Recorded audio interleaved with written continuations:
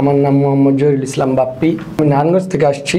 Narayanganj garments ফ্যাক্টরির একটা স্বর্গরাজ্য বলা যায়। আমি এই বছরই মাস্টার্স কমপ্লিট করেছি, একেবারে ফ্রেশার। আই কমপ্লায়েন্স বা আই লিন ম্যানেজমেন্টে আমার কোনো জ্ঞান নাই। তারপর আমি এখানে আসার ইন্সপিরেশন বা যদি কেউ উপদেশ দিয়ে থাকে, আমি একটা ফ্যাক্টরিতে গিয়েছিলাম চাকরির জন্য HR এর। ওনারা বলল HR এ আপনি চাকরি করবেন, কোনো কি কাজ আপনি জানেন? তা আমি বললাম না, কাজ তো ওইভাবে জানা নাই। পরে উনি বলল, নারায়ণগঞ্জ থেকে উনি একজন GM, তো উনি বলতেছে তুমি উত্তরা BGM এ যাও, ওই জায়গায় তুমি আই কোর্সটা করো। পরে আমি আসলাম, আমার বাবার সাথে আসলাম। আসার পরে আমি ভর্তি হইলাম। তো ওনারা সবচেয়ে ভালো এটা হয়েছে, ওনাদের টিউশন ফিটা 2বারে নেওয়া হয়, যেটা আমাদের জন্য উপকার হয়েছে।